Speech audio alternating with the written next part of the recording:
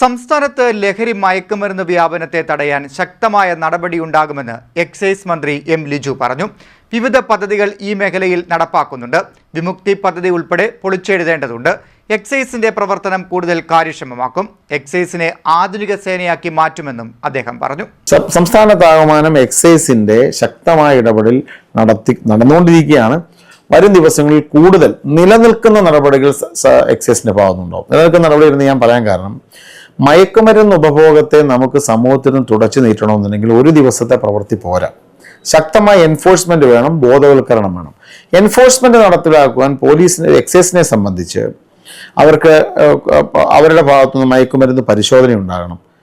പിടിച്ചെടുക്കുന്ന വസ്തുക്കൾ മയക്കുമരുന്നാണ് എന്ന് ഉറപ്പുവരുത്താനുള്ള സംവിധാനങ്ങൾ ഉണ്ടാവണം. ഇപ്പം നിലവിലിപ്പോൾ എക്സൈസിന് കുറേ പരിമിതികളുണ്ട്. എനിക്ക് മനസ്സിലായിടത്തോളം സംസ്ഥാനത്തെ സഹകരണ എക്സൈസ് വകുപ്പ് മന്ത്രി എന്ന നിലയിൽ എക്സൈസ് ഉദ്യോഗസ്ഥന്മാരുമായി കഴിഞ്ഞ ദിവസങ്ങളിലൊക്കെ നടന്ന കൂടിക്കാഴ്ചയിൽ എനിക്ക് നിരവധി എക്സൈസ് ഡിപ്പാർട്ട്മെന്റ് പരിമിതികൾ മനസ്സിലാക്കാൻ സാധിച്ചിട്ടുണ്ട്. ഒന്ന്, സ്റ്റാഫുകളില്ല, ആവശ്യത്തിന് വാഹനങ്ങളില്ല, എക്സൈസിന് ഓഫീസുകൾ തന്നെ ഇല്ല, മയക്കുമരുന്നുണ്ടെന്ന് പരിശോധിക്കാനുള്ള ലാബ് കിറ്റുകളില്ല, പരിശോധന കൃത്യമായി പരിശോധിക്കാനുള്ള സ്റ്റേറ്റ് കെമിക്കൽ എക്സൈസിനൊരു കെമിക്കൽ ലാബില്ല, ഒരു മോഡൽ എക്സൈസ് ഓഫീസ് ഇല്ല, നിയമത്തിലും ചില പ്രശ്നങ്ങളുണ്ട്. അപ്പോൾ ഇതെല്ലാം തന്നെ കൃത്യമായി മനസ്സിലാക്കി ഇത് പരിഹരിച്ച് 2031 എക്സൈസിനെ ഈ നാട് നേരിടുന്ന മയക്കുമരുന്ന് ഭീഷണിയെയും മറ്റു തരത്തിലുള്ള ഭീഷണികളെയും നേരിടാൻ പ്രാപ്തമായ ഒരു ആധുനിക സേനയാക്കി മാറ്റുക എന്നൊരു കാഴ്ചപ്പാട് മുന്നോട്ട് വെച്ചാണ് മുന്നോട്ട് പോകാൻ ആഗ്രഹിക്കുന്നത്.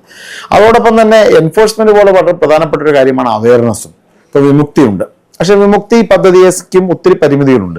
സംസ്ഥാനത്ത് ഒരു വിമുക്തി ചുമതലയുള്ള ഒരു എക്സൈസ് ഓഫീസർ, അത് കഴിഞ്ഞാൽ 14 ജില്ലയിൽ ഒരു 14 വിമുക്തി മാനേജർമാർ, പിന്നെ 14 കോർഡിനേറ്റർമാർ.